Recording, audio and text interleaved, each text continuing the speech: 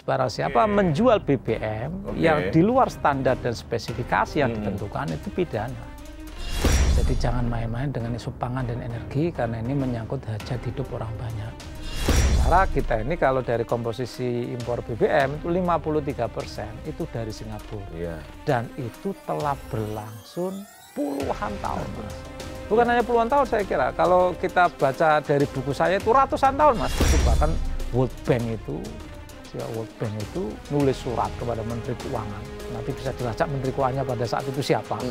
Yang intinya pemerintah nggak usah bangun kilang.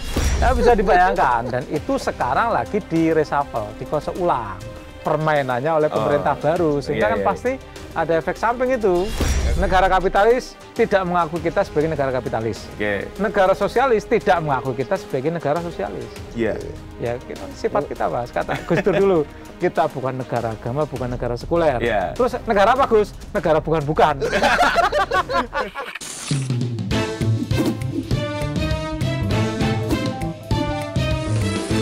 To the point aja.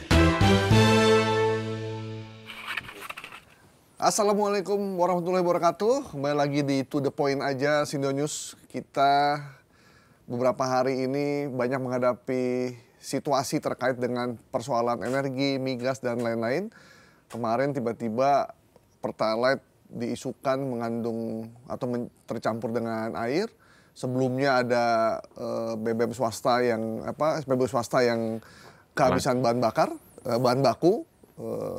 Sebenarnya apa sih yang terjadi dalam situasi sekarang ini, dan kita akan membahas lebih dalam soal itu, termasuk soal tulang dan dagingnya industri atau energi nasional. Saya bersama Mas Bung Purwanto. Sudah ada narasumber yang merupakan cendekiawan muda muslim ya, Mas ya? Beliau adalah Direktur Center for Energy Policy. Nah, beliau adalah Muhammad Khalid Syahrazi. Syahrazi, sorry. Aduh, namanya agak sulit namanya. Apa kabar, Mas? Alhamdulillah baik, Mas Khalid, Mas Bung. Ini dokter ya, Mas ya? Dokter, barusan. Tahun lalu ya, Mas? Tahun lalu. Asli dari UI. Ada ijazahnya? Ada asli. Disertasinya top. Itu. Saya sudah dikasih bukunya soalnya kemarin. Berarti cocok ya kita ngomongin A sampai Z soal energi nih, Mas. Siap. Tepat. Karena ini urusan energi ini urusan perut rakyat Indonesia dan urusan bangsa juga. Kalau nggak ada energi kita, waduh, bahaya ini.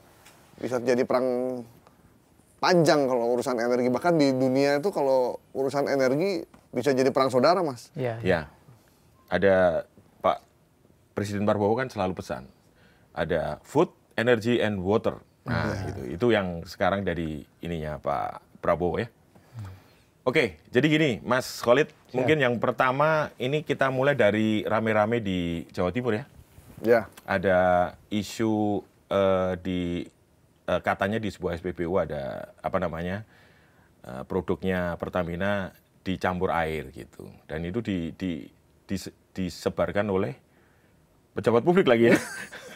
Nah, ternyata itu tidak benar gitu. Nah, apa yang kalau Mas Khalid melihat fenomena begini nih kan? Apa yang di benak Mas Khalid ini kan menimbulkan keresahan ya. Seperti apa seharusnya yang harus dilakukan? Ya, saya kira isu ini ekor dari masalah pembatasan impor oleh SPBU swasta. Jadi ekornya banyak sekali. Berarti masih panjang itu ya? Masih panjang. Dan 2 bulan terakhir nih kayaknya. Masih terus ya? Masih terus.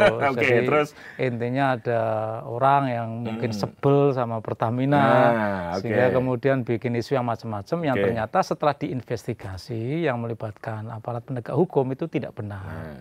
Benar. Jadi tidak mungkin kalau secara kimia itu air kemudian nyampur dengan bensin itu nggak mungkin. Apalagi seperti yang ditampilkan oleh Pak Wakil Wali Kota ini, nggak mungkin. Jadi kalau ingin membuktikan bahwa BBM itu mengandung air atau mengandung zat lain, nggak bisa lewat botol air mineral ya? ditaruh di situ ya? Tidak bisa. Itu kalau menguji satu kualitas BBM sesuai dengan standar dan spesifikasi yang ditetapkan oleh pemerintah dan oleh Migas, itu perlu alat yang canggih. Bahkan menurut saya itu tidak cukup dengan alat portable sebagaimana yang sering kita lihat di konten-konten itu. Itu ada satu alat itu yang produk Amerika, CVR namanya, itu Collaborative Fuel Research, itu harganya 10 miliar. Itu dan proses untuk memastikan BBM itu sesuai spek atau enggak itu 2 jam. Jadi nggak cukup Mas seperti yang di konten-konten YouTube itu kita lihat ya angka oktanya. Itu ada 20 parameter untuk memastikan BBM itu sesuai spek atau enggak. Ada kandungan sulfurnya, oksidasinya, itu diukur semua. Jadi nggak cukup hanya satu parameter gitu ya. Dan itu standar yang ditetapkan oleh pemerintah. Jadi secara saintifik itu nggak mungkin lah kalau seperti tampilan satu botol itu kemudian ada air, ada itu kalaupun misalnya itu kan kemungkinan kalau misalnya BBM yang tambahan etanol, karena etanol itu punya sifat namanya higroskopis. Jadi dia ngikat air, narik air. Jadi lembab udara itu ditarik, kemudian menjadi campuran air. Itu kalau etanol. Tapi kan Pertalite itu kan belum ada yang etanol. Kandungan etanol itu yang sudah dimiliki oleh produk Pertamina itu kan Pertamax Greens 95 Mas. 95 ya? 95. Itu yang ada kandungan etanol mandator itu 5%. Tapi kalau Pertalite kan nggak ada. Nggak ada? Nggak ada. Jadi nggak ada. Jadi komposisi itu yang campuran itu agak. Berarti kalau ada pejabat publik yang mempertontonkan aksi yang terkesan heroik di awal itu apa maksudnya Mas? Ya saya kira beliau mungkin sudah menarik ya dengan menyatakan, saya tidak tahu ini sumbernya dari mana, cuma ada orang datang dan kemudian membawa botol ini ya saya sampaikan. Tapi beliau ternyata kurang hati-hati sehingga tidak memastikan itu sumbernya itu dari mana. Itu kok tiba-tiba ada satu cairan di dalam botol isinya itu campuran bensin dengan air itu. Kalau standar dari SPBU sendiri sebenarnya mereka sudah ada uji petik gitu ya? Itu ya, salah satu uji laboratorium Mas. Oh gitu? Uji laboratorium terutama kalau melalui proses kilang. Jadi blending yang saintifik, yang mengikuti kaidah ilmiah. Jadi racikan komposisi kimianya itu presisi itu ya dari produk kilang. Dan itu semua BBM yang diproduksi di kilang Pertamina itu setahu saya, termasuk saya pernah mendapatkan materi presentasi mereka, saya diajak untuk langsung melihat bagaimana proses produksi BBM. Itu sangat ketat sekali. Sangat ketat sekali. Bukan kayak itu campuran cat ya, bukan ya kayak gitu nggak ya? Bisa. Kalau itu namanya ngoplos itu namanya. Kalau ngoplos dalam pengertian blending itu benar. Semua produk BBM itu hasil oplos quote unquote blending. Karena apa? Produk BBM itu bahan mentahnya namanya nafta. Nafta itu dengan angka oktan yang rendah ya, sekitar 60-an ya. 60, kemudian agar dia menjadi produk yang layak jual sesuai dengan produk yang yang mau dijual sesuai dengan spesifikasi itu harus dinaikkan oktannya. Nah itu nanti ada campuran aditifnya, nanti ada HOMC-nya, ada high oktan mugas komponen, jadi biar oktan boosternya, kemudian macam-macam ada campuran pewarnanya gitu, untuk menentukan ini jenis BBM apa, dan itu saya kira sangat ketat, jadi tidak mudah bagi pemain ya operator sebesar Pertamina untuk mengkhianati proses saintifik seperti itu. Hampir tidak mungkin itu terjadi misalnya di luar kilang ya. Katakan kilang terus ketika diangkat tangki itu kemudian dicampur di sebuah tempat itu? Nggak mungkin. Nggak mungkin? Nggak mungkin, kecuali pengoplos. Ya. Pengoplos memblending sendiri tanpa kaidah saintifik mungkin saja. Dan itu kan sudah fraud kan. Itu sudah pidana ya? Sudah pidana, karena sudah melanggar Undang-Undang Migas. Barang siapa yang menjual, itu Undang-Undang Migas ya? Undang-Undang Migas. Barang siapa menjual BBM yang di luar standar dan spesifikasi yang ditentukan itu pidana. Gitu. Termasuk pemilik SPBU akan kena sanksi? Kena sanksi. Kalau dia melakukan terbukti, itu? Kena sanksi. Artinya kalau pemilik SPBU melakukan itu berarti kebodohan? Kebodohan, karena dia bunuh diri. Dan pasti ketahuan? Ketahuan. Ketahuan. Dan memang ketika di 300 SPBU di Jawa Timur, tidak ada satupun yang dianggap melakukan pelanggaran dengan mencampurkan Pertalite dengan air oleh Iyalah, itu Lemigas kebodohan dan bunuh diri saya kira. Polda Kalau Metro. itu secara sengaja dilakukan, ya kecuali misalnya ada campuran air sedikit karena misalnya ya tangki timbun itu kan harus dibersihkan secara periodik. Itu kan mungkin ada korosi, ya rembes, kemudian ada campuran air. Tapi itu pun tidak seperti komposisi yang ditunjukkan oleh Pak Wali Kota itu. Itu secara saintifik itu nggak masuk akal. Gitu.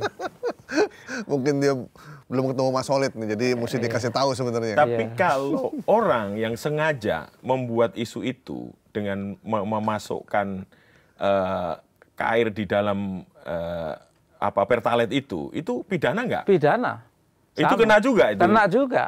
Oke. Kena juga. Berarti bisa diproses hukum ya? Bisa diproses hukum. Makanya menurut saya tidak boleh orang dibiarkan tanpa efek jera. Untuk hanya demi konten misalnya. Itu nggak boleh. Karena sekali lagi seperti tadi yang disebut oleh Mas Galib itu, energi itu hajat hidup orang banyak. Betul. Hidup matinya suatu bangsa. Kalau kita misalnya mengalami shortage energi, itu BBM itu misalnya 2 hari saja, kolek kita. Nggak mungkin karena kita belum bisa puasa BBM. Jadi buat kita jangan bermain-main dengan isu energi ini ya, karena itu sangat berbahaya dan membuat kepercayaan publik jadi makin menurun. Kalau terjadi pembulian besar-besaran atau masyarakat marah, SPBU-nya dibakar segala macam kan jadi masalah besar sebenarnya. Saya kira iya. Jadi jangan main-main dengan isu pangan dan energi karena ini menyangkut hajat hidup orang banyak. Jadi saya kira kita percayakan kepada pemerintah yang sudah membuat standar sedemikian rupa ya, termasuk sertifikasi, ada KAN ya, ada Lemigas ya. Kalau misalnya kilang itu ada sertifikasi dari KAN ya. Kemudian untuk produknya itu ada sertifikasi dari Lemigas. Itu kita percaya kepada otoritas yang punya wewenang untuk menetapkan bahwa itu sesuai dengan standar. Jika misalnya itu didiskreditkan, orang nggak percaya, kemudian itu bahaya ya? Bahaya sekali saya kira. Orang nanti mau percaya siapa kalau begitu gitu? Iya, kan ya saya kira mau nggak mau orang boleh misalnya ya kecewa dengan Pertamina terkait dengan isu tata kelola ya, ada isu oplosan itu. Tetapi kita tidak bisa mengingkari fakta bahwa Pertamina adalah state arm. Alat negara untuk memastikan energy security. Coba bayangkan Mas, Pertamina itu punya 7.000 SPBU.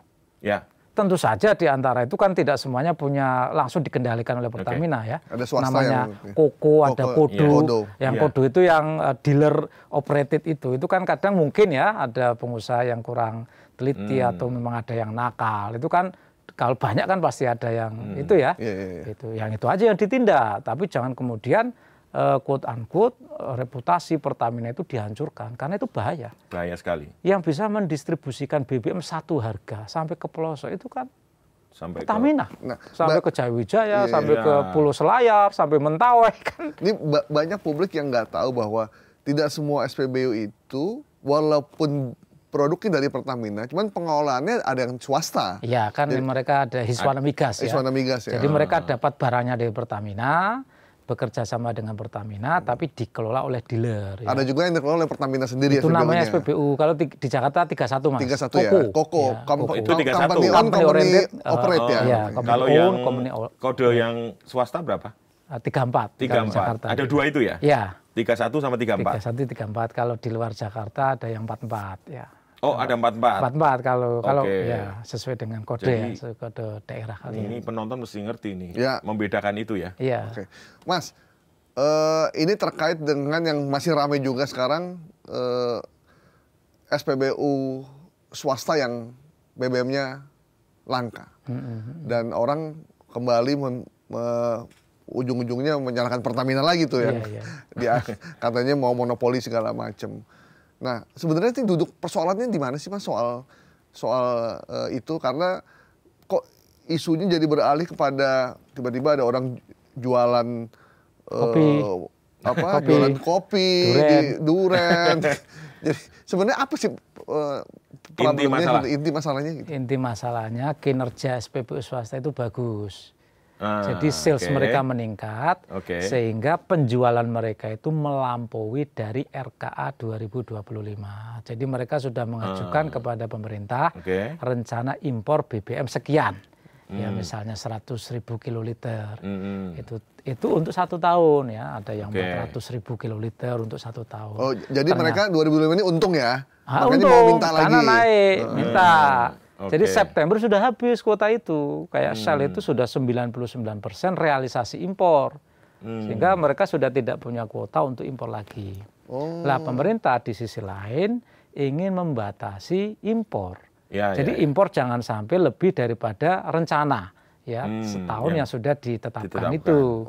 Gitu. Nah sementara Pertamina itu masih punya kuota impor. Jadi realisasi impor Pertamina Patraniaga itu sekitar sampai September 2025 itu baru 66%. Kenapa nggak pakai kuotanya Pertamina? Sehingga secara agregat tidak menambah impor. Kuotanya terjaga gitu ya? Kuotanya terjaga.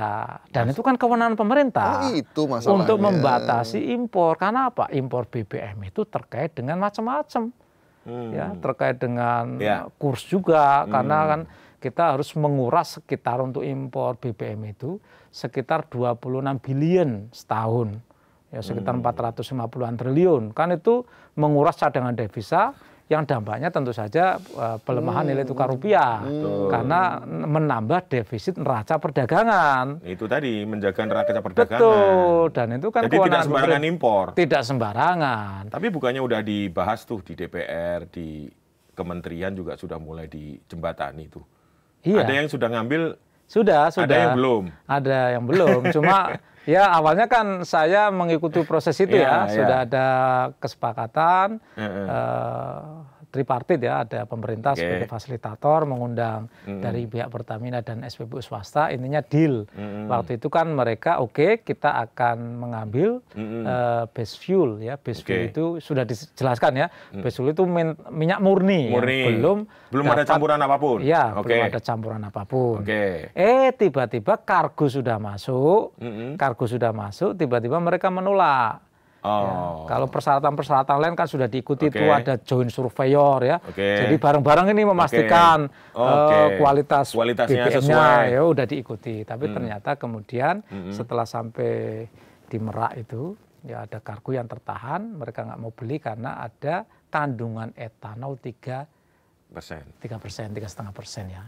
Jadi mereka menolak. Kan kesepakatannya base fuel.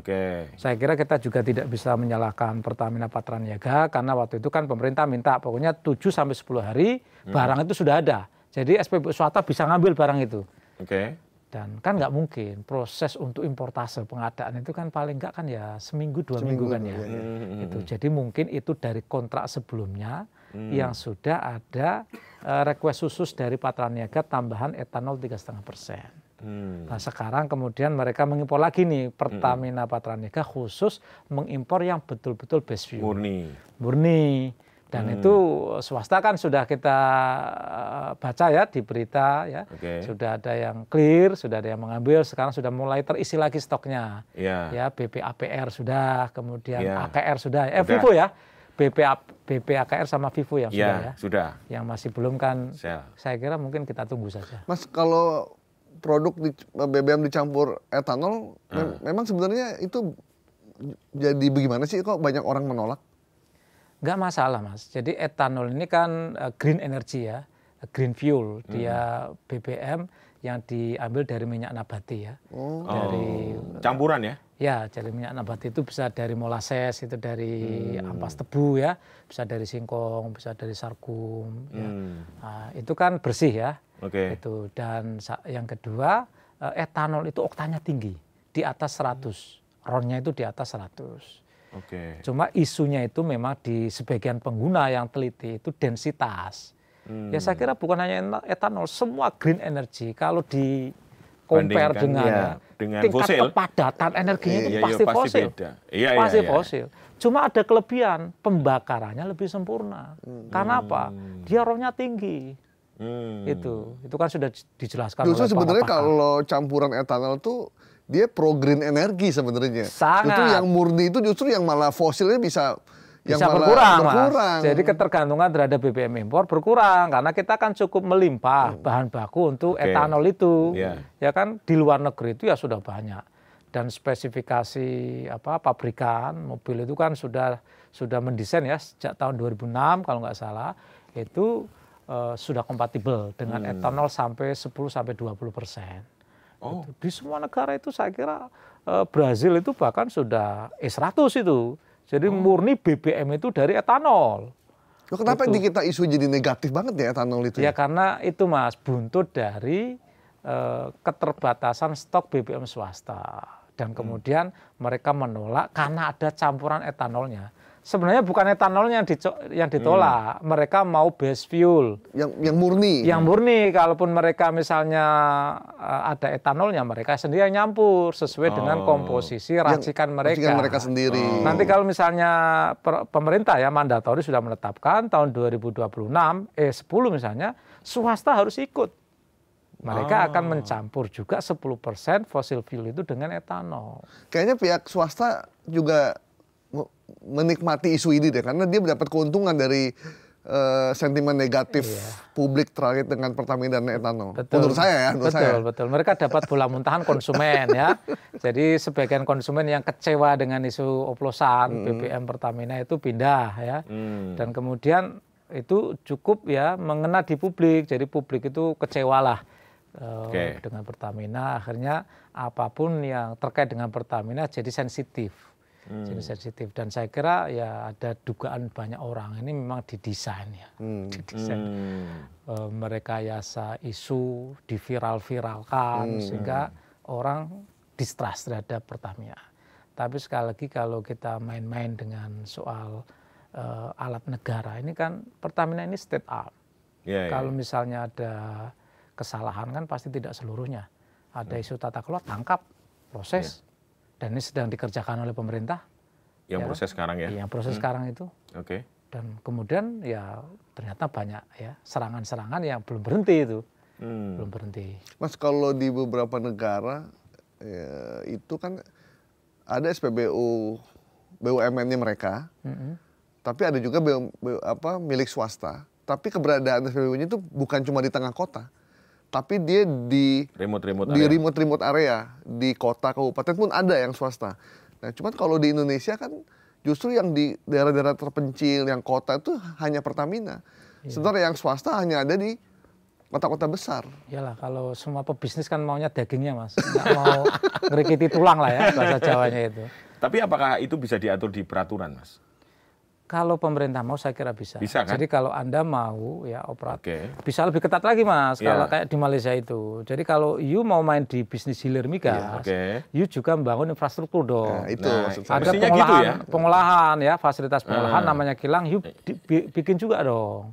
You bikin di sini, nanti kamu jualan BBM di sini. Tapi kan berarti ada nilai tambah. Karena industri pengolahan kan jalan itu, ada tenaga kerja, ada pajak dan seterusnya. Cuma kan yang di tempat kita kan mereka maunya ngambil yang ini agak saja. Jadi sebenarnya mereka jualan aja ya. Jualan saja, trading saja. Mereka bikin minyak nggak di sini, produksi BBM enggak. Mereka impor semua. SPBU swasta itu ya semuanya impor dari Singapura. Dan ini yang juga ingin dibaurkan komposisinya oleh pemerintah. Karena pemerintah kan ada komitmen politik itu dengan Presiden Trump ya. Presiden Trump kan ada kesepakatan untuk tarif itu, kemudian kompensasinya membeli produk energi Amerika senilai 15 miliar dolar. Ya, sementara kita ini kalau dari komposisi impor BBM itu 53% itu dari Singapura. Dan itu telah berlangsung puluhan tahun, Mas. Bukan hanya puluhan tahun saya kira. Kalau kita baca dari buku saya itu ratusan tahun, Mas. Kita mengimpor BBM itu dari Singapura itu sejak sebelum kita merdeka. Sementara Singapura tidak memproduksi, tidak punya lapangan resources, tidak punya resources dulu. Jadi mereka hanya energy hub. Energy hub, mereka lalu lintas perdagangan minyak. Kenapa kita dari dulu sampai sekarang beli sama Singapura? Ya karena Singapura punya kapasitas kilang yang gede banget. Ya, kapasitas kilang mereka itu sekitar 1,3 juta barel per day, sementara konsumsinya itu kalau nggak salah ya sekitar 300.000 barel per day. Waduh. Siapa off-takernya itu, kelebihan itu kalau bukan kita? Ya kita 1 juta barrel kebutuhannya. 1 juta Per hari. barrel. Jadi Singapura sangat mengandalkan market share dari Indonesia. Sehingga Oke. kalau Pak Menkeu kemarin rame-rame, ya rame-rame, Pertamina malas. Ya Oke. bukan sekedar itu. Ini kan ada faktor geopolitik. Ya, ada faktor geopolitik. Saya ini mempelajari isu ini lama sekali. Oke. Sejak sebelum reformasi ya, sebelum reformasi sampai reformasi itu bahkan World Bank itu nulis surat kepada Menteri Keuangan. Nanti bisa dilacak Menteri Keuangannya pada saat itu siapa. Oke. Yang intinya pemerintah nggak usah bangun kilang. Wah. Serius nih? Serius. Ini Nggak valid usah nggak nih? valid, dan itu saya tuangkan di buku saya yang pertama itu Mas. yang Ada di bawah buktinya, bendera asing. dokumennya ya? Ada dokumennya. Wah, Dan World itu Bank ya? World Bank menulis surat agar pemerintah Indonesia ngapain Tahun membangun berapa tuh, Mas? kilang, karena kilang itu mahal sekali. Oh gitu. Kenapa Anda memproduksi sesuatu yang mahal sementara Anda tinggal beli murah? Oh, oke. Itu. Ya itu kan ada faktor geopolitik. Tahun Dan berapa itu kira-kira? Tahun 9 ya menjelang reformasi, Mas. Menjelang- Awal-awal reformasi. Awal-awal reformasi. reformasi. Sehingga sampai sekarang kita ini nggak bisa mendirikan kilang, Mas. Karena banyak sekali campur tangan Asing. yang tidak menghendaki Indonesia ini punya kilang baru. Karena kilang itu simbol kemandirian energi. Simbol kemandirian energi, anggap Oke. saja kita hulunya ya, produksi hulunya oke. itu naik, tapi kalau kapasitas kilang kita Tidak seperti memenuhi. sekarang, tetap kita harus impor dalam bentuk produk kilang. Oke. Sementara di negeri di Lain. tetangga itu, negara Bikin itu. di negeri jiran itu, mereka punya stok BBM, Iya. kapasitasnya gede. Berlebih. Marketnya siapa ya kita, dan itu dipelihara, ketergantungan itu dipelihara agar kita tetap tergantung dengan impor produk. Apalagi kita BBM pasarnya mereka. cukup besar ya. Bukan hanya cukup besar, Pak. 1 juta barrel per Sangat hari. besar. 1 juta barrel per hari itu dirupiahkan berapa itu? Ya itu tadi, Mas, kalau kita sekitar 26 billion. 26 billion Miliar total dolar. impor ya. Sekitar 26. 450-an triliun untuk Waduh. impor BBM. Impor BBM dan LPG. Siapa aja yang menikmati Mas kalian tahu itu. Media kan tahu itu ya, siapa Godfather gas online kita kan itu sudah tahu semua, karena jadi ini tersangka dong. bisnis gede yang tidak mungkin ya pemain receh-receh itu ikut. Ini kelas kakap nih, teri-teri itu minggir dulu lah. 450 triliun. Mas 50 triliun, kalau Mas Gale punya 1% saham aja di bisnis itu, Mas. Ya, Aduh. sudah ongkang-ongkang kaki, Mas. Aduh, saya bisa biayai pemilu berapa kali ya? Iya. Nah, bisa dibayangkan, dan itu sekarang lagi di reshuffle, dikocok ulang permainannya oleh pemerintah baru, sehingga iya, kan iya. pasti ada efek samping itu. Oke. Ada reaksi-reaksi, Goncangan-goncangan. goncangan pasti terjadi. Wajar ya? Wajar. Tapi kalau menuju kita sepakat sih mendorong agar kita tidak terlalu mengindahkan kepentingan asing ya di situ. Artinya ini momentum untuk bagaimana kemandirian energi itu dibangun melalui kita punya kilang sendiri gitu. Iya, saya kira kan ada Ya. dua mazhab, Mas ya. Oke, Ada gimana? mazhab energy sovereignty, ada mazhab energy security. Oke. Kalau energy sovereignty berarti kita mengandalkan resources yang kita punya. Oke. Kalau resources yang kita punya, terus terang kita itu lebih banyak energi hijaunya. Oh. Ya kan? Oke. Jadi kita itu bukan negeri kaya minyak, tapi kita itu negeri energi mix, negeri bauran energi. Energi, oke. Green energy kita itu melimpah potensinya. Tapi menuju ke sana ada jembatannya, Mas. Jadi migas ini tidak boleh dibiarkan karena ketergantungan kita terhadap migas itu masih sangat tinggi. Bukan hanya kita, saya kira. Secara global juga sama. Oke. Semua proyeksi lembaga dunia sampai tahun 2060 bauran energi migas itu masih sekitar separuhnya, ya 50-an%. Itu. Jadi energi migas fossil fuel ini tetap harus kita urus. Itu. Karena masih 50%. Masih 50%. Sehingga meskipun kita ini sedang transisi energi, tetap kita penting untuk membangun kilang. Ya kan? Kita kan go green ini nanti ya. Ya. Nanti akan disulap semua menjadi listrik. Ya. Mobil jadi listrik, motor Ya. jadi Ya. listrik, semua listrik ya kan. Tapi kan transisi, Mas. Tidak ujuk-ujuk. Karena di hulunya listrik itu juga sumber energi pembangkitnya kan masih batu bara. Yang itu yang masih affordable kan, Iya. yang masih murah. Itu. Lah kalau di migas kan kita punya jembatan, ada gas bumi yang lebih bersih ya enggak? Gas bumi yang lebih bersih. Tapi di BBM sendiri tetap harus diurus. Dalam rangka apa? Ya tadi menopang ketahanan energi. Kalau proyeksi kedepannya kan swasembada energi. Jadi kita menggunakan potensi kita sendiri, berdiri di atas kaki kita sendiri. Tapi kan susah. Karena apa? Misalnya kalau kita mau mengejar konsumsi kita 1,6 juta barel per dewas untuk minyak saja konsumsi kita 1,6 juta. Kapasitas produksi lifting kita itu kan 580.000 barel. Anggap saja sekarang naik 600.000 barel. Itu bukan semuanya punya pemerintah, Mas. Kan kita ada production sharing contract, ada kontrak kerjasama dengan swasta ya. Dengan swasta. Jadi yang masuk di jatahnya pemerintah itu sekitar 300-an ribu barel per day, let's say ya. Segitu. Itu yang bisa diabsorb di kilangnya Pertamina. 300.000, Mas. 300.000 kebutuhan kita 1,6. Kapasitas kilang kita 1,1. Kapasitas operasional hanya 900.000 barel. Jadi tanpa kita melakukan peningkatan ya kapasitas, kita tetap akan impor andai kata misalnya hulunya kita naik.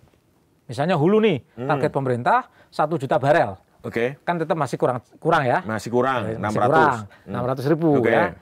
Kemudian kilangnya tetap 900.000. Kita tetap akan impor, Mas. Tetap impor. Tetap akan impor. Jadi tidak ada satu solusi, misalnya kilang aja, nggak cukup ya? Nggak cukup, Mas. Harus hulu dan hilir. Hulu dan hilir harus bersamaan. Bersamaan, produksi hulu dinaikkan, lifting kita naikkan, kapasitas kilang juga dinaikkan. Itu baru kalau sudah cukup untuk memenuhi kebutuhan domestik, kita swasembada energi. Masih mungkin nggak swasembada energi itu? Mungkin, Mas. Tidak ada yang tidak mungkin. Cuma kita perlu revolusi tata kelola. Ini penting ini. Karena kalau di hulu, kita ini kan terkenal ya, negara yang sangat ribet untuk investasi hulu migas.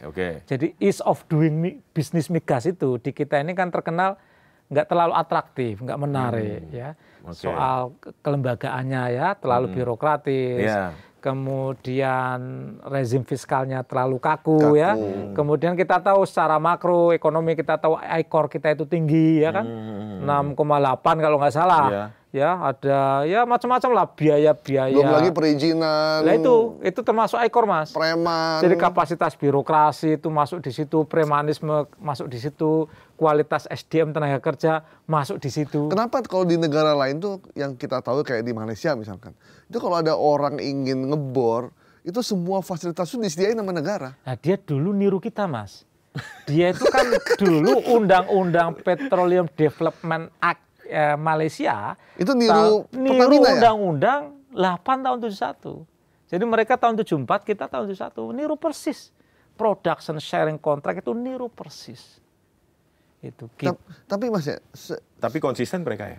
Mereka konsisten karena kapasitas birokrasinya, Mas. Mas, kita memang produksi mulai agak berkurang justru ketika Undang-Undang migas diberlakukan. Betul. Padahal sebelum itu justru malah lebih bagus.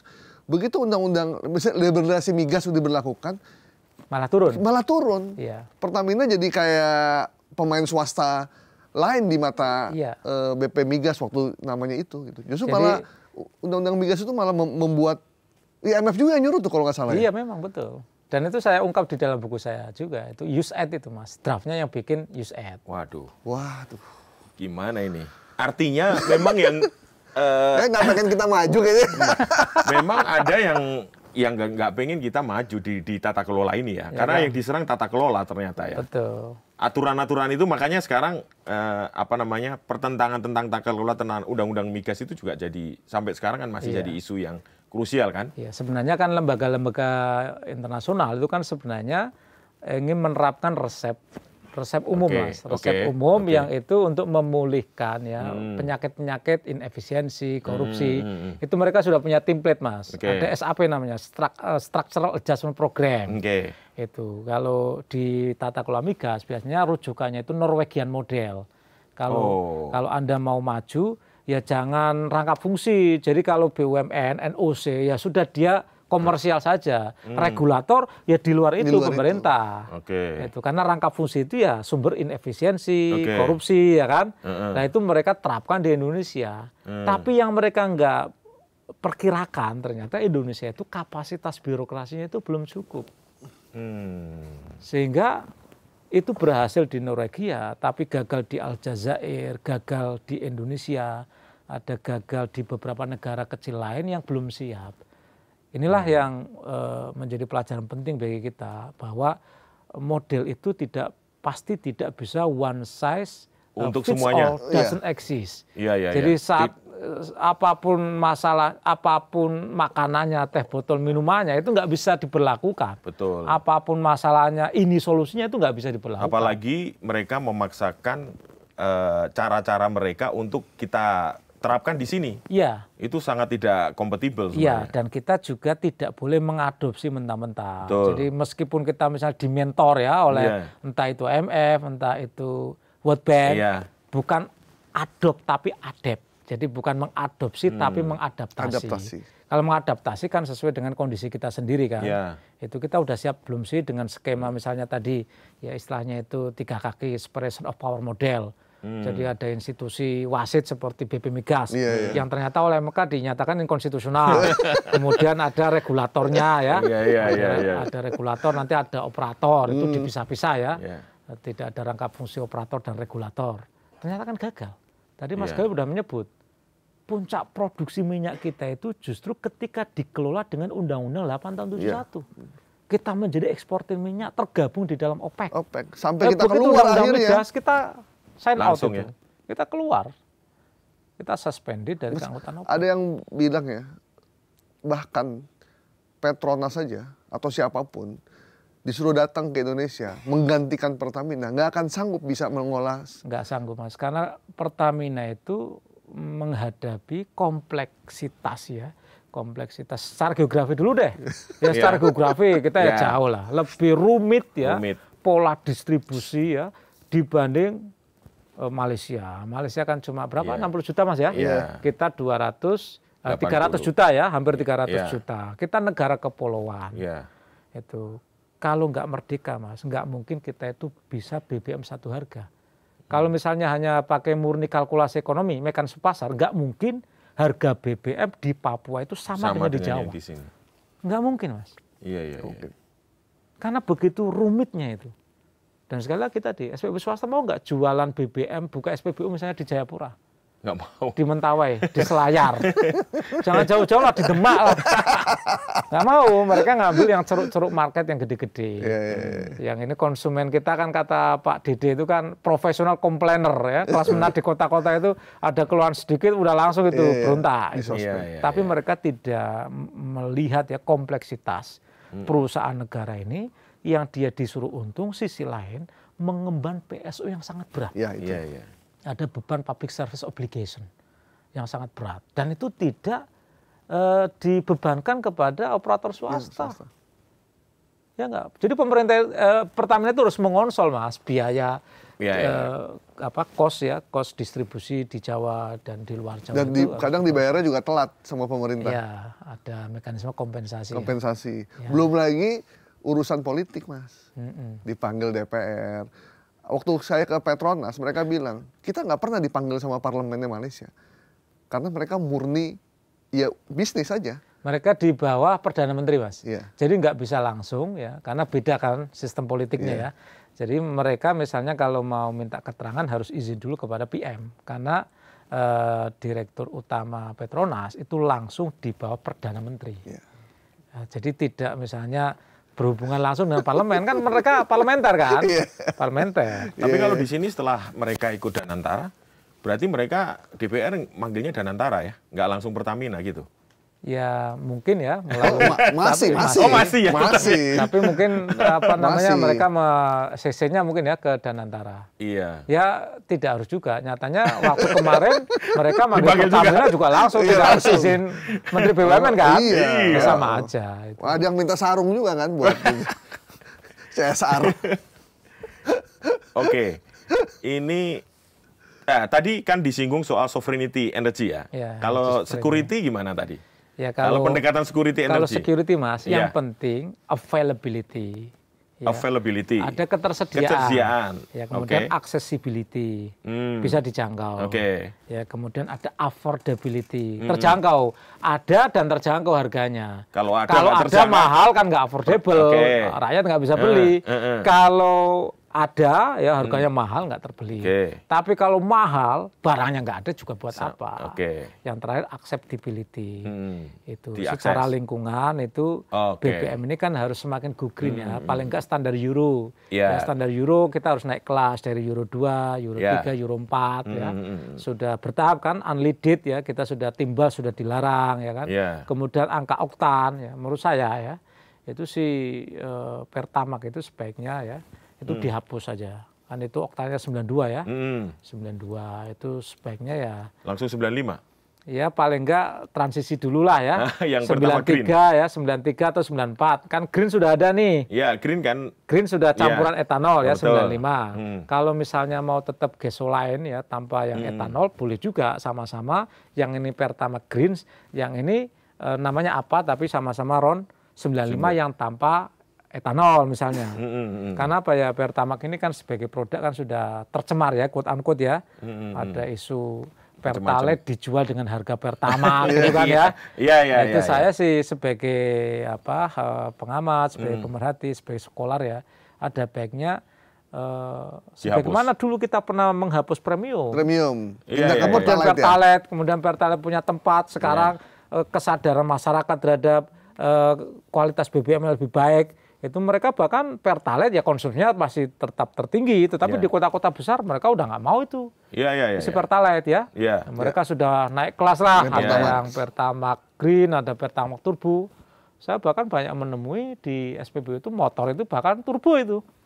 Itu udah overspec itu. Udah tinggi banget ya oktanya. Artinya saatnya Pertamax ini rebranding lah ya, ganti. Saya kira rebranding ya, angka oktanya dinaikin, entah itu 93 atau 94. Tapi namanya harga lain. Naik ya? Ya harga kan selisihnya dikit mas. Coba kita lihat Pertamax Green sama Pertamax Turbo, kita lihat di SPBU selisihnya berapa? 100 rupiah. Nggak material lah ya, nggak material lalu. Misalnya mereka motor ngisi 10 liter itu tambah misalnya 10.000 ya. 1.000 ya? Iya, 1.000. 1.000 nggak material lah mas, 1.000 parkir aja udah nggak dapat sekarang. Iya. Mas, bagus juga ini ide usulannya. Bagaimana kita mengukur energi dengan tingkat kesejahteraan masyarakat? Ya inilah mas, semakin maju sebuah negara semakin tinggi konsumsi energinya. Itu jadi konsumsi energi itu salah satu indikator maju tidaknya sebuah negara. Jadi semakin tinggi konsumsi energi, semakin efisien konsumsi energi, biasanya semakin maju negara itu. Ya kita lihat negara-negara maju seperti Singapura, Korea Selatan ya. Amerika, negara-negara di Eropa itu konsumsi energi per kapitanya tinggi sekali. Sehingga tidak ada orang yang tidak mengonsumsi listrik misalnya. Ya enggak. Jadi kebutuhan listriknya makin tinggi mas, untuk ngecas HP, ngecas laptop, ya enggak. Misalnya kalau pengguna BEV ya, motor listrik, mobil listrik, untuk transportasi. Ya enggak, karena enggak mungkin kita ini bisa menjadi bangsa beradab tanpa konsumsi energi. Kita nggak mungkin omon-omon di sini tanpa ada AC, tanpa ada lampu, tanpa ada energi. Nggak mungkin kita ini kemudian kembali ke zaman batu misalnya pakai cemplek kan nggak mungkin. Nggak mungkin. Sekarang ini alhamdulillah rasio elektrifikasi menurut pemerintah sudah 99% ya. Meskipun masih ada sisa 1% yang belum menikmati terangnya kue pembangunan.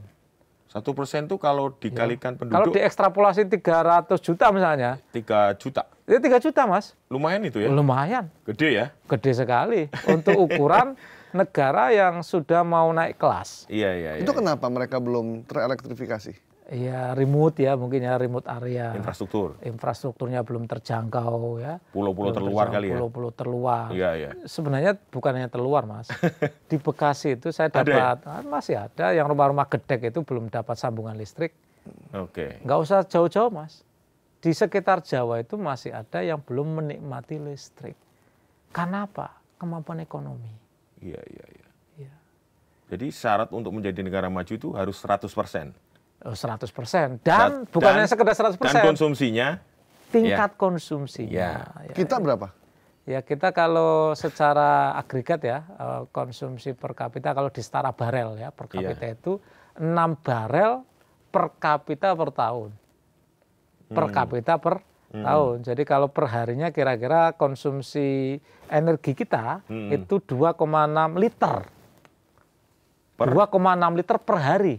Per hari. Konsumsi energi kita semuanya nih Mas, bukan hanya untuk BBM ya, tapi semua ya kita listrikan itu konsumsi listrik, energi, kendaraan, BBM semuanya itu setara dengan 2,6 liter. Itu masih rendah? Sangat rendah. Dibanding dengan negara ASEAN deh? Ya sangat rendah Mas. Singapura Tinggi sekali. Tadi 101 ya, 101 barel. 101 barel setara minyak per kapita per tahun. Wow. Apa yang membuat mereka tinggi dan kita rendah? Ya karena memang ekonominya tumbuh. Kan konsumsi energi itu terkait dengan pembangunan.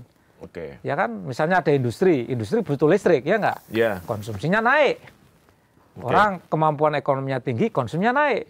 Misalnya tadinya hanya untuk setrika, sekarang untuk AC, konsumsinya naik. Kenapa? Bisa membayar untuk listrik. Orang sudah soal kenyamanan, ya kan. Sekarang saya kira kalau di Jakarta hampir semuanya pakai AC. Ya, semuanya. Itu kan berarti kenaikan konsumsinya naik itu karena kemampuan ekonominya, willingness to power-nya itu naik. Sehingga ini kayak lingkaran setan Mas. Ini kita ini supply sama demand itu bulet itu.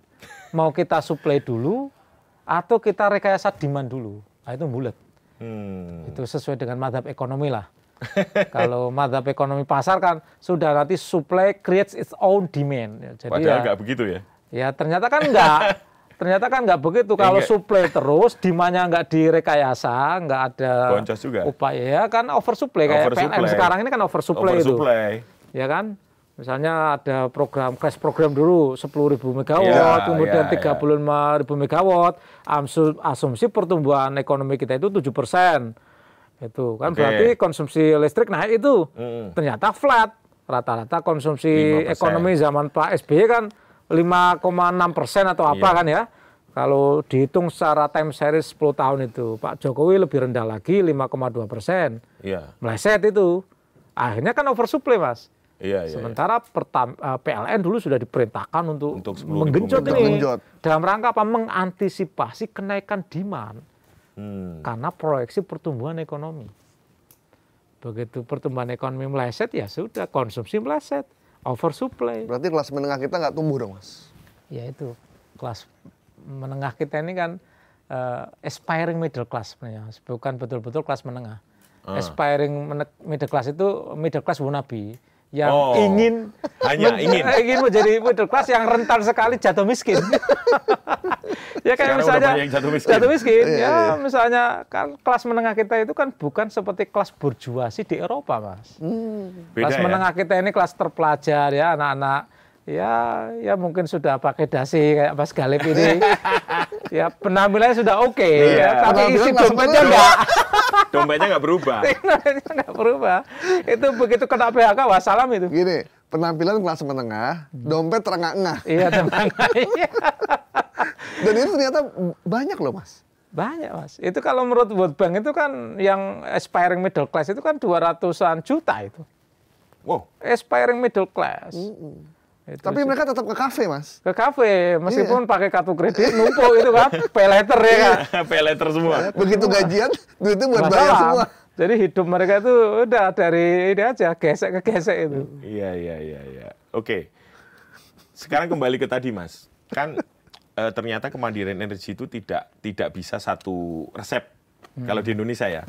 Karena Indonesia itu harus imbang antara yang fosil dengan energi baru terbarukan lah ya, gitu ya. Itu sebenarnya gimana itu nanti pada skema atau arsitekturnya seperti apa mestinya? Saya kira Mas, ada 50-50 atau pada tahun berapa itu akan ideal itu nanti? Iya. Kalau kita mengikuti KEN ya, ada PP Kebijakan Energi Nasional. Tapi itu meleset terus Mas. Meleset terus. Jadi kalau menurut PP KEN mestinya tahun 2025 kita ini bauran energi hijaunya itu sudah 23%. Sekarang baru? Sekarang baru 15%. 15% ya, 15%. tahun 2050 mestinya 31%. 2050. Oke. Baurannya 31%. Oke. Yaitu kalau dengan bisnis as usual seperti biasa itu juga berat. Apalagi kita kena interupsi Trump. Itu punya dampak loh Mas, secara geopolitik.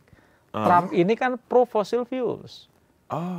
Jargon kampanye dia kan drill baby, bor terus sayang, bor terus sayang. Dan itu kan mempengaruhi pasar energi hijau. Dulu energi hijau itu di zaman presiden sebelumnya, Joe Biden itu kan diinsentif dikasih karpet merah. Sekarang dihabisi. Nggak ada lagi insentif energi hijau. Omon-omon aja itu. Tapi negara-negara barat tuh memaksa kita untuk segera melakukan diversifikasi energi. Batu bara dilarang, jangan pakai fosil kelamaan. Kan agak kontradiktif gitu. Iya, ya kan mereka kan sudah mengotori lebih dulu, Mas. Jadi negara-negara korbannya kita yang masih baru mau tumbuh sudah dilarang. Padahal mereka sudah tumbuh menjadi kaya, menjadi negara maju setelah mengeksploitasi energi fosil habis-habisan. Sudah ngabisin hutan juga mereka. Rugi dong kita kalau kayak gini. Ya kalau pakai teori dependensi teori ketergantungan, ya selamanya negara maju itu tidak ingin ada negara berkembang yang maju. Jadikan pasar doang ya. Jadikan market. Dengan berbagai jebakan kan, ada jebakan utang macam-macam itulah. Betul. Itu kalau teori, dan itu memang terjadi ya. Terjadi. Dan itu di sektor energi sudah terbukti. Saya kira. Surat Menteri Keuangan itu, yang dari Bank Dunia itu. Iya. Saya kira itu bagian dari intervensi lah ya. Intervensi betul. Ada ketergantungan kita terhadap negara lain, atau mungkin pendekatannya hanya murni market ya. Iya. Secara ekonomi ngapain kalian bikin kilang yang mahal sekali, 200 billion. Iya. 300 triliun, Anda beli aja. Ternyata beli kan kita boncos juga devisa kita. Tiap tahun 450 triliun. Kalau total semua dengan migas itu saya hitung itu 36 billion. Karena memang ketergantungan itu diciptakan ya. Ya kalau kita, Mas Pung, dulu HI tahu teori Andre Gunther Frank ya kan? Teori dependensi teori ya, ketergantungan. Itu ada ketimpangan struktural yang memang diciptakan, Mas. Nah, kalau kita baca bukunya ekonom yang bekas yang di Stiglitz, Joseph Stiglitz. Bukan, yang satunya lagi yang Economic Hitman. Oh itu. Itu kan kesaksian pelaku ya, bahwa dia itu menjebak sebuah negara dengan cara utang itu. Termasuk nanti itu di Amerika Latin ya. Nah itu ternyata memang sampai hari ini terjadi. Dan itu sebenarnya pelakunya tidak hanya Barat ya. Artinya negara lain yang punya kapital gede, negara yang mau jadi imperium baru melakukan, Mas. Dulu kan satu-satunya kan the only actor, the only one kan Amerika. Sekarang Cina rule the world. Bus, ya kan? Iya. Saya kira kalau kita jadi negara maju juga akan melakukan hal yang sama, Mas. Dan itu sebenarnya teori realis lah itu. Iya, realis banget memang. Mungkin Asia baru sekarang ya, mungkin ya, beberapa. Tapi kalau kayak di Afrika kayaknya udah cukup lama ya dilakukan eksploitasi kayak gitu ya. Iya, makanya ada teori soal resource curse ya, kutukan sumber daya alam. Itu studi kasusnya itu banyak di Afrika. Sampai hari ini masih begitu. Iya, SDM-nya rendah, dibiarkan bodoh, nggak bisa mengolah dikasih sumber senjata daya untuk perang sendiri. Untuk perang konflik. Sudah. Dan elitnya yang menguasai itu elit Sinter itu aja. Hanya orang segelintir orang. Bahkan kalau untuk diadu domba antar suku. Betul. Dan itu yang paling mudah dieksploiter itu kan memang sektor ekstraktif, Mas. Kenapa sektor ekstraktif itu rentan menjadi kutukan? Karena memang sifatnya itu ekstraktif. Ya kan ini modal besar. Kalau di industri namanya enclave industri, industri kantong, melibatkan sedikit pihak, misalnya host country elit penguasa, deal dengan komprador, dengan pemilik modal, selesai. Kemudian mereka pakai kekuatan kekerasan, militer, koersif aparatus untuk menekan masyarakat, termasuk host society yang di situ ada sumber daya alam agar tidak berontak, ditekan dengan kekuatan bersenjata. Sehingga kemudian menjadi kutukan. Di situ sebenarnya. Bukan minyaknya ansih, bukan mineralnya ansih, tapi tata kelola yang membuat sumber daya alam itu menjadi kutukan. Ya itu. Harusnya kan remedinya apa? Ya kita harus mandiri dalam pengertian kapasitas SDM, kita bisa kelola sendiri. Ya, teknologi bisa kita kuasai sendiri. Selagi kita bergantung ya teknologi dari negara lain, Misalnya kita punya minyak ini. Ya. Oh, minyak Anda itu hanya ini sand oil ini. Ini CO2-nya tinggi nih. Kita nggak punya teknologi, Mas. Terpaksa kita pakai teknologi mereka. Ya, mereka yang tentu ngatur saja semua. punya prasyarat kan. Ya kalau you mau kita bantu ya ayo. Kita konsesinya harus jelas. Gitu semua ya. Gitu semua. Jualan semua ini. Iya. Jadi kalau kita misalnya, Mas, punya kekayaan sumber daya alam tapi kita tidak menguasai teknologi, itu rentan jadi kutukan. Nah, teknologi ini kan terkait dengan input ya, SDM kita, ya pola pendidikan kita. Termasuk elitnya, Mas. Termasuk elitnya. Elit ini kan juga refleksi kan ya. Elit ini kan refleksi dari keadaan secara umum masyarakat. Kalau masyarakat begini, elitnya begitu kan ya. Karena yang dipilih oleh masyarakat kan dari antara mereka juga. Di antara mereka. Jangan-jangan mereka seneng ya kalau melihat kita elitnya banyak korupsi. Karena semakin banyak korupsi, semakin mudah dikooptasi. Kalau teori pengusaha hitam itu semakin kotor, semakin senang, Mas. Semakin seneng kan? Semakin senang. Karena untung mereka semakin banyak. Tapi sekarang itu kan banyak madhab ya.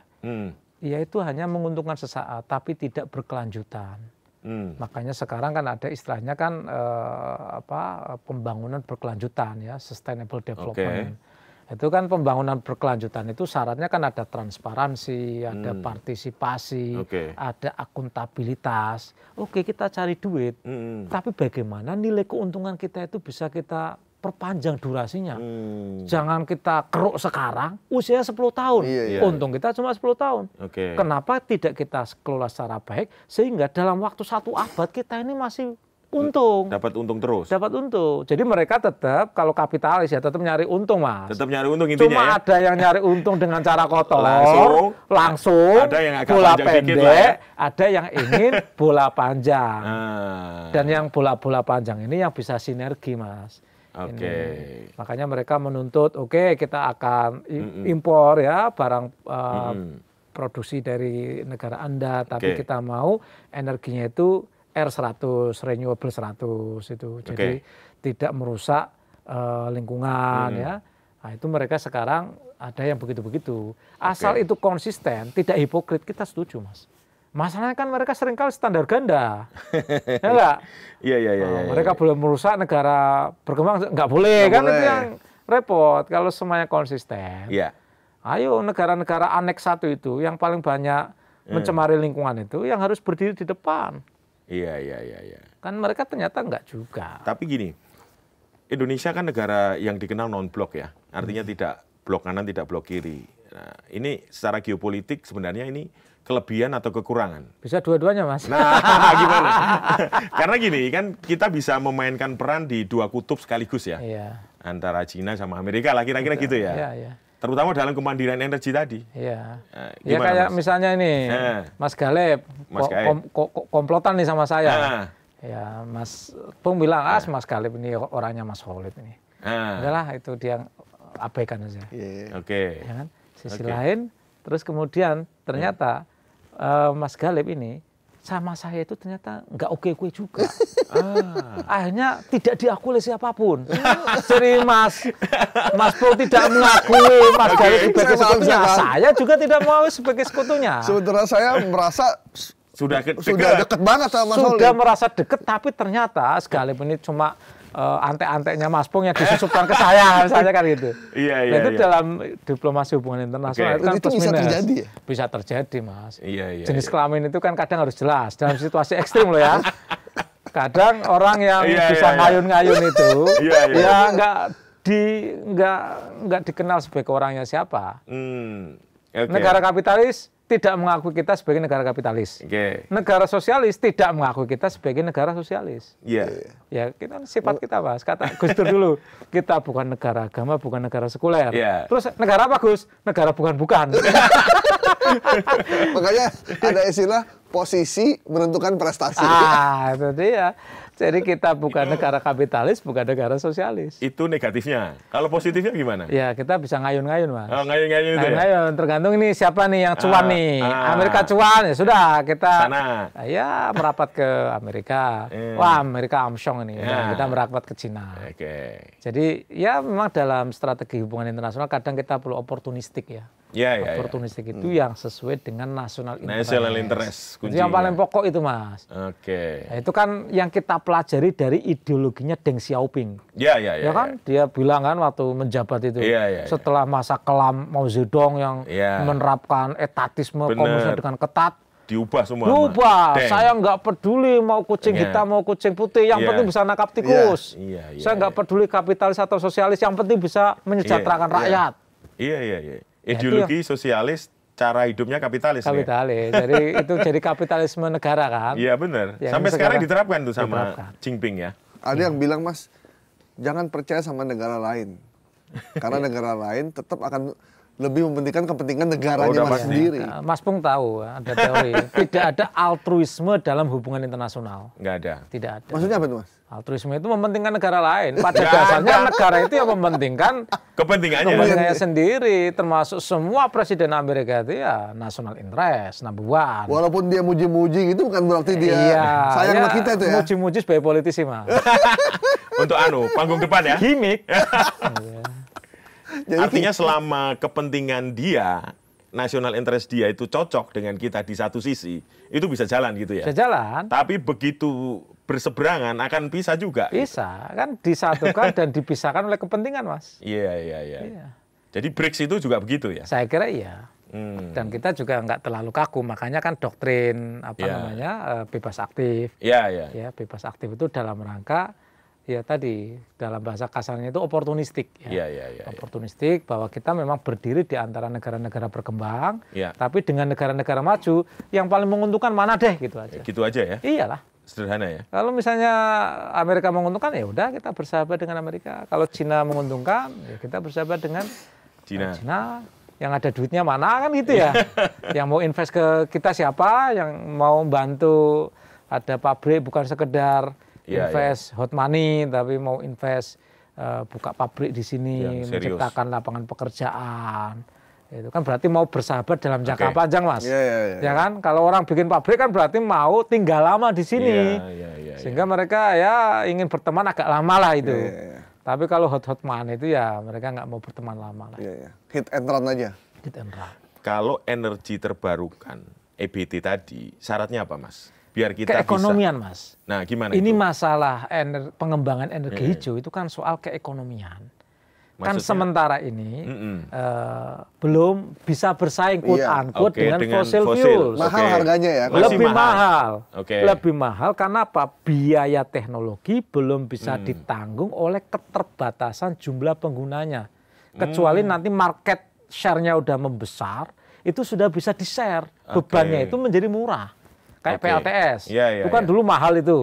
Ya sekarang sudah bisa ya secara global itu 4 sen per kWh ya PLTS. Tapi kalau PLTA yang PLTA skala besar, PLTA skala kecil itu kan masih 7 sen per kWh. 7 sen per kWh. PLTP yang panas bumi itu masih kalau listrik ya itu masih sekitar 10 sen per kWh. Itu. Sementara yang skalanya besar bisa menjadi baseload batu bara itu 6 sampai 7 sen per kWh, murah sekali. Dan itu skalanya baseload, bukan kecil loh ya, skalanya baseload. Baseload itu ya menjadi tulang punggung untuk mengelektrifikasi ya kebutuhan listrik nasional. Tapi kalau biofuel bukannya kita sudah agak lebih maju, Mas? Karena kita penghasil sawit terbesar di dunia salah satunya. Iya, ada B50. Cuma kan mahal, Mas. Faminya kan mahal. Faminya mahal, Mas. Fami itu mahal. Itu. Jadi harganya masih belum marketable ya? Kalau sudah marketable bersaing tidak perlu kompensasi, Mas. Iya betul. Namanya ada kompensasi itu kan subsidi karena ya, ada biaya yang lebih rendah yang harus ditanggung oleh operator yang kemudian akan diganti oleh pemerintah.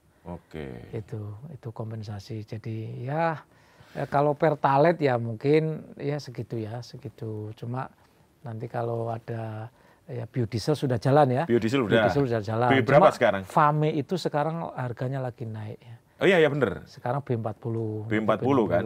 Jadi ada biaya energi hijau yang ditanggung, Mas. Itu yang disebut dengan greenflation tadi itu. greenflation. Ya, inflasi hijau. Yang harus ditanggung oleh pemerintah. Ya itu yang nanggung siapa? Itu sampai sekarang dunia belum ketemu. Belum ketemu. Kayak Pak Jokowi di Glasgow, oke, kita akan green energi, cuma biaya kemahalan ini energi siapa yang nanggung? Oke, nanti kita sengkuyung bareng-bareng. Yang makanya itu dibentuk JETP. Yang pakai itu apa namanya? Emisi itu? Ya iya itu JETP, Mas. Iya, itu belum jelas juga itu. Ya, JETP kan kata Pak Hasim Joyo Hadikusuma kan cuma omong-omong saja itu. Mereka punya komitmen 100 billion, tapi ya, belum ada. Pinjaman, kalaupun ada itu pinjaman komersial. Artinya lebih realistis meningkatkan produksi fosil dong daripada EBT. Jadi fosil dengan hijau ini paralel, Mas. Jadi sembari sembari kita go green, fosil yang sudah mapan infrastrukturnya, affordabilitas, keekonomiannya diperbaiki, dan kemudian ini subsidinya secara perlahan, Mas, subsidi fosil itu dicabut, dialihkan untuk pengembangan energi hijau. Jangan terus-terusan fosil itu disubsidi, ini pasti nggak bisa bersaing, Mas. Itu. Andai kata kita boleh berandai-andai, kita dulu sudah transisi energi sejak tahun 70-an, ya, sebagian duit minyak ya diinvestasikan untuk membangun jaringan infrastruktur gas bumi misalnya, sehingga kita tidak menggunakan LPG, semuanya pakai impor city gas, ya, city gas, ya kita akan lebih cepat, Mas, transisi energinya melalui gas bumi. Kan di antara minyak dan gas yang paling bersih kan gas bumi. Betul. Cuma masalah kita karena nggak ada infrastruktur ya dari sumur ke end user, akhirnya diekspor. Dan itu mahal biayanya ya untuk infrastruktur itu. Iya, Mas. Dan itu kan dulu kita punya windfall profit ya. Ketika kita surplus, kita banyak. Iya, durian runtuh itu diinvestasi untuk transisi energi. Mas, terus terang nih salah satu perbincangan pembahasan energi yang menurut saya paling mudah untuk dicerna, dan ternyata Gus Khalid ini sangat piawai ya menceritakan. Sangat menguasai. Cocok untuk tata kelola energi. Masuk kabinet Pak Prabowo. Oke, Mas Khalid, terima kasih banyak waktunya. Mas Galep, kita Mas masih bakal ngobrol-ngobrol lagi nanti. Siap. Karena urusan energi ini panjang. Ini. Ini belum semua yang kita bahas, nih baru kulit-kulitnya aja ini. Iya. Nanti kita preteli satu-satu. Oke. Terima kasih, Mas Khalid. Terima kasih kembali. Sehat-sehat terus. Mas Galep, Mas sukses Bung, dimanapun nanti berada. Ya, demikian teman-teman To The Point aja kali ini. Semoga menginspirasi Anda terkait dengan energi nasional. Saya Gaib Marto Sigit. Saya Pung Purwanto. Sampai jumpa minggu depan. Bye-bye. Bye.